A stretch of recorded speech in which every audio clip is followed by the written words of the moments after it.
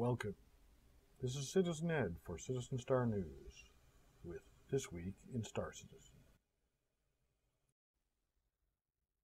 A life is like a garden. Perfect moments can be had, but not preserved, except in memory. Leonard Nimoy passed. There's been a lot of discussion about this on well, just about damn well everywhere. Twitter exploded with it, Star Citizen Reddit, and there are discussions of appropriate memorials in Star Citizen, as well as Star Trek Online discussion is happening as well. Ben piped up today to say that there's no petition necessary. I think it's safe to say that Mr. Nimoy was an inspiration to us all on the team, both acting as Spock and because of his core kind humanity. We will find an appropriate way to honor him. I'm not going to read the rest of it because it might make me cry. That's okay. We don't want you to cry. It was a very sweet statement from Ben, and I really appreciate it. Leonard Nimoy meant a lot to me as well. There was some suggestions of renaming the Endeavor class or the Carrot class ship. I saw that. The Nimoy. And I have to say that I'm actually a little creeped out by the idea of renaming a ship class and then selling it for pledges. I think that that's just Profiteering. yeah. Well, you know, if CIG did that, they would not do it for that purpose, but it would end up looking like that. It would end up feeling like that later on. It might be more appropriate to maybe name one of the static stations in the game, not one of the things you can pledge for. Yeah, that's what I'm hoping happens. Nimoy Station. There was a discussion about how it could be Epsilon Eridani or 40 Eridani, which are both possibly where Vulcan is in the Star Trek universe. So I think that would be a good idea. And maybe that quote that you read at the beginning inscribed somewhere in the largest common area. Something like that would, I think, be great. And I think it makes sense to name it after Nimoy and not Spock, because you wouldn't want something from the franchise. But a popular actor would make a lot of sense. And to many, like myself, he was more than just an actor. So here's hoping something smart like that happens. You're hitting me in the feels, man. You're hitting me in the feels. Yeah. It's hard to talk about this. I know. Let's go to happy news. Happy news, Ed. Come on. Happy news. A $74 million funding level has been reached. That's happy news. Yep, that's happy news. Nothing particularly spectacular attached to that, but it's good to see that it's continuing to grow. And Chris Roberts says he would like to get around 100 million by the end of this year. That should do the game. So still on track for that. We had an interesting new recruit pop up this morning, actually. A fellow by the name of Todd Pappy, who was a director at Crytek in Frankfurt, Germany, has left and is joining the Germany office. Interestingly, before that, he actually worked in Santa Monica at Sony doing game design for the Lord of War series. Ooh. And has some accolades there. He was a junior designer or a designer for 1 and 2, and then the lead designer for Lord of War Ascension. So that's very interesting stuff. He's going to be sticking, in spite of the fact that he used to live in Santa Monica, he's going to be sticking in Frankfurt. He likes it there. So this brought up some discussions about Crytek. Crytek, as most people know, is the creator of the CryEngine. The old Crysis series was the flagship game for that, and is the engine that is used by Star Citizen. Some people were talking about it, and apparently the internal name for CryEngine 3.6, which is being used, is Star Engine these days. So it shows you how important the Star Citizen is to that. Yeah, they've definitely pushed that engine in directions it wasn't necessarily designed to go originally. Right, but it was said that this was actually the name of Star Engine's actually the name of the engine internal to Crytek these days, which was a surprise to me. Now this is unconfirmed and just Reddit gossip, basically. There's a lot of that going on. Yeah. It also brings up, Crytek had a bit of a crisis last year, as I recall. I did some reporting on that, a lot of research, and a write-up. And I actually noticed that in the statistics, that's, I think, this week's heaviest hit article on my site. But they're definitely facing some difficulties. They've been retooling. They thought they had themselves on pretty good footing, but I tell you that CIG is picking up quite a few of their people. Yeah, I had noticed that. Mm-hmm. It's a trend. Yep. Not to be confused with the Trendane, which is actually our next topic. Oh. Why would we want to talk about him? Well, the next topic is Citizen Stars, and Trendane is my pick for Citizen Star of the Week. He's in not one but two videos that are absolutely fantastic that dropped this week. Can I play one of them, Ed? Can I do that? Which one do you want to play? I'll play the small one. I was going to say the shorter one, please. The shorter one. We're going to play the shorter one for the folks here on currently tuning in. So give me just a moment. We're going to set that up right now. And boom. And and we're going to play that right now. As soon as I mute my... God. I got to mute this, right? There we go. I'm still trying, guys. Look at me try. It's so awesome. Yes, you are trying. Yeah, somehow I knew this was going to go really smoothly. Here we go. Why do you always walk around like you're ready to shoot something? You never know when the Vandal might attack. You gotta stay sharp. Vigilant. Okay, mate. Oh, it's adorable. I should call him Spartacus and keep him forever. Careful. I read the news. That's one of them baby Tavarin no one has ever seen before. Let's shoot it. No, Spartacus wouldn't hurt a fly.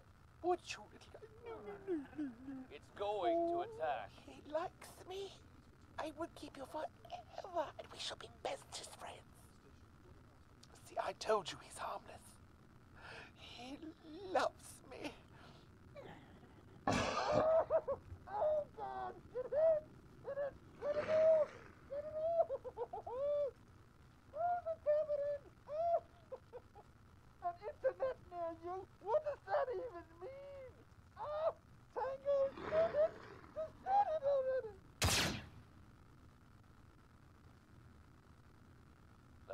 Zeta? You okay, buddy? The line at the end gets me. I know it's not Trendane's line, but the line at the end gets me every time. Are you okay, buddy? Bloody Yeah. ass off. The first time I watched that, it was hilarious. Too. What the heck is going on? Hey, stop that. You broke it. I didn't do nothing. No, it's the autoplay on YouTube. Screw you, YouTube. Screw you. All right, so that was Bulkheads. So anyway, that was one of the two videos. Hilarious. And by the way, the scene where the crabs got him and he's screaming off the background, was that inspired by Ricko? What? It sounded just like Ricko laughing for just a second there. Perhaps it was an homage. Yeah, that. Yeah. Exactly. Okay, and as well, you were the year's 100 smuggler. By the way, is there any secret to the name on that one this time? No. When he handed me the script, it basically just said smuggler name, and I was like, okay, so I'll come up with a name for this guy. And I actually came up with his name first. I was trying to think, what's a good, kind of Celtic name that would still be applicable in 900 years. And Adrian was the first thing that came to mind. I was like, what about a surname? And it was like, I'll come up with something later, I'm sure. Sure, okay, that'll work. I was like, okay. Give us the voice. Give us just a second of the voice. Who, Adrian's? Yes. Well, his name is Adrian Shaw, and he's a snuggler, which was one of the funny bits for us when we were making it, because when I first recorded it, of course, I said smuggler, but when we first added the music, it wasn't balanced right, and it sounded like he was saying snuggler, and I was like, that could be a wee bit creepy, in the depths of space. Yeah, I was wondering if he was like a really smug snuggler or something like Something. That's a good on you for those two videos, Trendane. I'm really happy for you, actually. Mm-hmm. I am. Yeah, I don't think you actually got paid for either of those, but I think that No, I haven't gotten really paid for anything. And this is a good reminder. Hire it's really Trendane. good for the reel, I think. Yeah. I keep trying to add them to my voiceover reel on YouTube, and every time I try to add it to that playlist, it's like, nope. I'm like, God damn it, why not? No, it's not allowed. Why? Because it's not allowed. Fuck you, YouTube. Okay.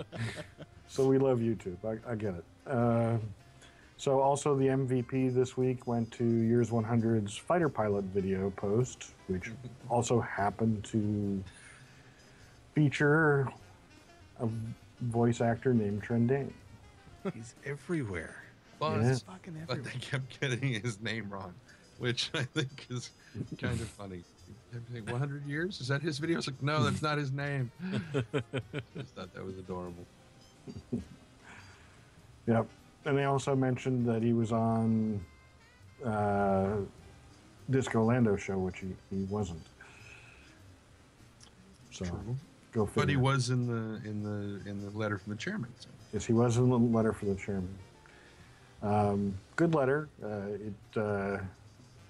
See, the main two things that I got out of the letter were Disco Lando's show and the feature of Years 100. Did anybody else get anything important out of the letter this He time? kind of addressed the wreck thing a little bit, but for the most part said, yeah, we did that and I'm not talking about it, was basically what he said. Yep, okay. And he Wreck loves us is- and couldn't do anything without us, which Right. we know. So the rec, and we're supposed to get 1.1 soon. 1.1 is it's the next major release. We might actually see a minor patch before that, but 1.1 push is on. They're working their tails off to get that for us, and we should see it soon.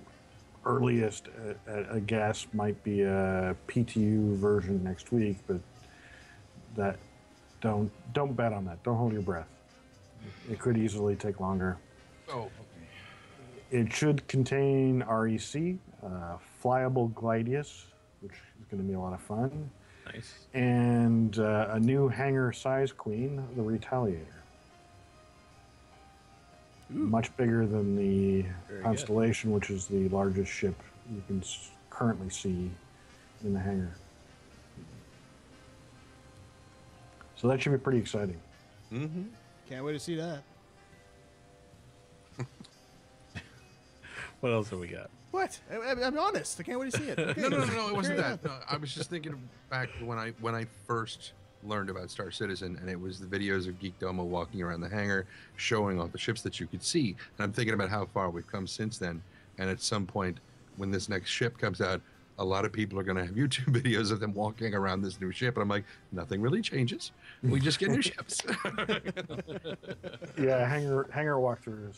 Yep, Yeah. one of those. This week we had a semi-successful versus devs test, and that was much better than last week's, which just completely shut down the servers immediately as soon as the test was supposed to start. We did have some people locked out. I know I personally had to futz around and try to get into several different modes. I don't know about you guys, but the what's the freeform battle? The Free for all? whatever they call that, yeah. Free for all? Battle Royale. Battle Royale. Battle Royale, Okay. that's it. That mode rarely works for me anyway, but it absolutely did not work during the test. But I did get into a couple of team battle matches, and it was very nice to do 2 versus 4s, and my co-pilot was in a Hornet. We got our butts kicked, but it was a lot of fun anyway. You guys get a chance to fly at all in that? I flew a bit. Played against Rogue, and he kicked my ass. He had a basic Hornet, and I had the Super Hornet, and I don't know, for some reason he would just...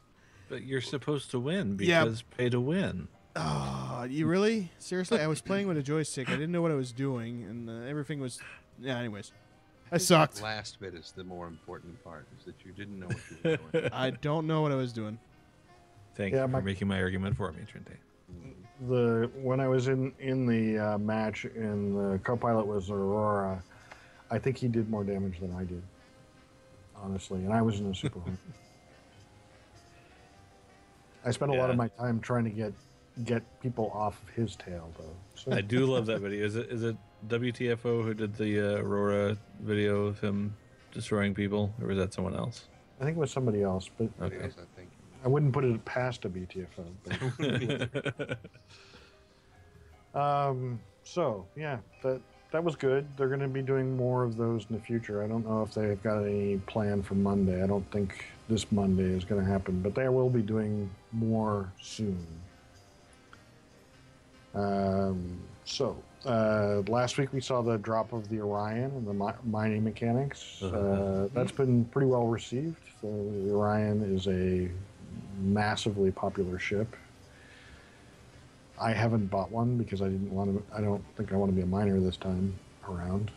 Did enough of that in Eve, even though it's going to be very different. I think I'm going to be passing on this one. But we're very cool ship. It's on my short list of the ships that I desperately want and can't afford. FYI, the Orion rotating storage containers rotate to facilitate either horizontal or vertical docking to offload cargo by respectively adjusting around the artificial gravity core to sync with the docking ship, or just to look cool. I never thought anything inspired by a concrete truck could be sexy, but it is. Yeah. It actually made me wonder. I wonder if the physics actually allow for centripetal force and gravity simulation by rotation.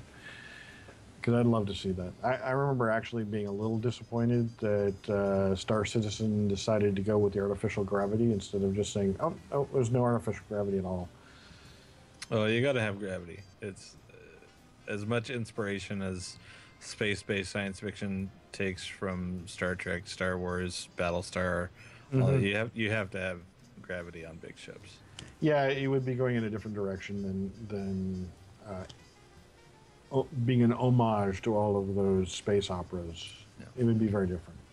But I, as much as physics is important to Chris, and we're going to get into that in a minute, it really would be interesting to see if he actually supports that.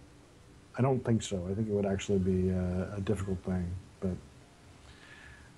But on that note, in 10 for the Chair, Chris detailed how wind and gravity will be affecting ballistic weapons. They're actually switching over from the sort of simple ray cast of shooting, and it goes in a straight line, to something that will actually simulate the physics of the bullet. And that makes me scared for my CPU. Because that is not a minor thing to be doing. Yeah. There's always been an argument among FPS players about hit scan games versus ballistic based games, and it's just whichever flavor you prefer. Yeah, I like the fact that the bullets are actually going to be coming out of the gun rather than the center of the screen. I'm very cool with that, but I'm really wondering if detailed, realistic ballistics is going to be worth the CPU overhead or the physics engine or whatever they're going to use for it. That's actually pretty major, and I'm not sure that it'll make a ton of difference most of the time.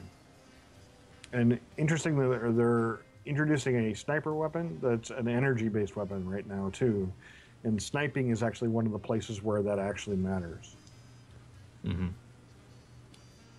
He also mentioned that they're going to have some of the weapons that use the same ammo. They will have different characteristics and possibly throwing that ammo at different speeds, creating different damages. And this is common in actual weapons. This is one of the reasons why you see different barrel lengths, because the expanding gas has a longer distance to push on the bullet before getting clear of the barrel. So that's actually a pretty big deal. You talk to people that, particularly the AR-15 has and the M16, M4, that has a lot of characteristics around that. You can get into some really monumental debates about optimal barrel lengths, which is hilarious. So it's kind of interesting to see that get into this.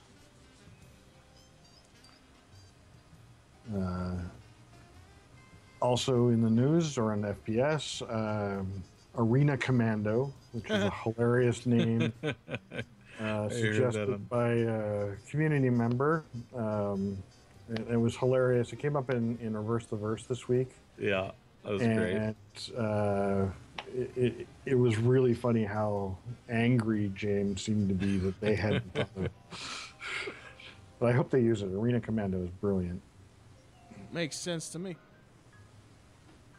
So that's coming up soon. We'll be seeing that at PAX East. I had a few bullet points, but I've already hit those. The sniper rifle being one of them. Let's see, what haven't I hit here yet? Cutlass interiors from Around the Verse. Turns out those escape modules last week we were talking about aren't Retaliator, but they are the Cutlass, unless they're modular and go across several. We know that the Cutlass interiors are being one of the things that they're doing is revamping them for this modular system. That was actually the last stretch goal we saw, which will go across all of the ships, but the Cutlass is the test bed for that. And in response to our question last week, Ben says the Cutlass actually has not gotten bigger. So it's resisting that trend at Foundry 42. Unless they haven't told Ben. It's always possible. That's right.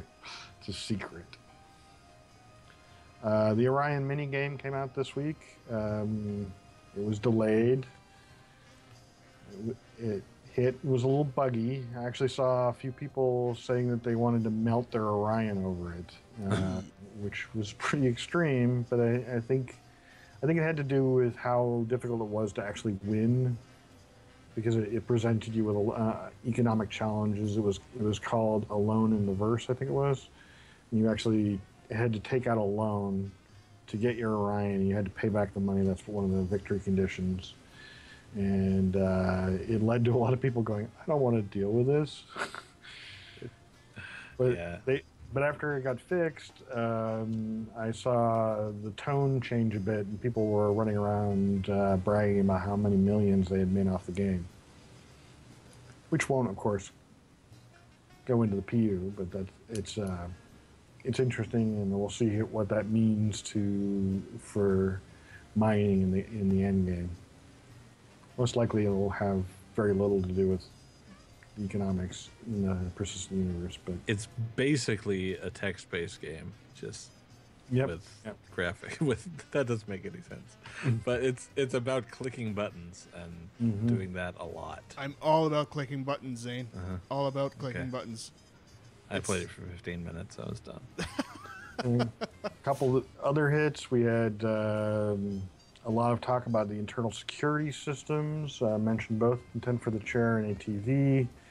One of the fun points was, you got access codes and possibly biometrics. You can trigger doors going into lockdown mode to try to isolate boarders, pirates. The lockdown mode may actually injure people standing in the door, but it's implied they wouldn't kill because it'll probably move people out of the way. So you can't just watch the monitors and push the button and insta-kill the boarders by... Be pretty funny. That would be funny. So that's pretty much it. That's pretty much it. One of the big pieces, we're going to be talking to Disco Orlando soon about the wonderful world of Star Citizen.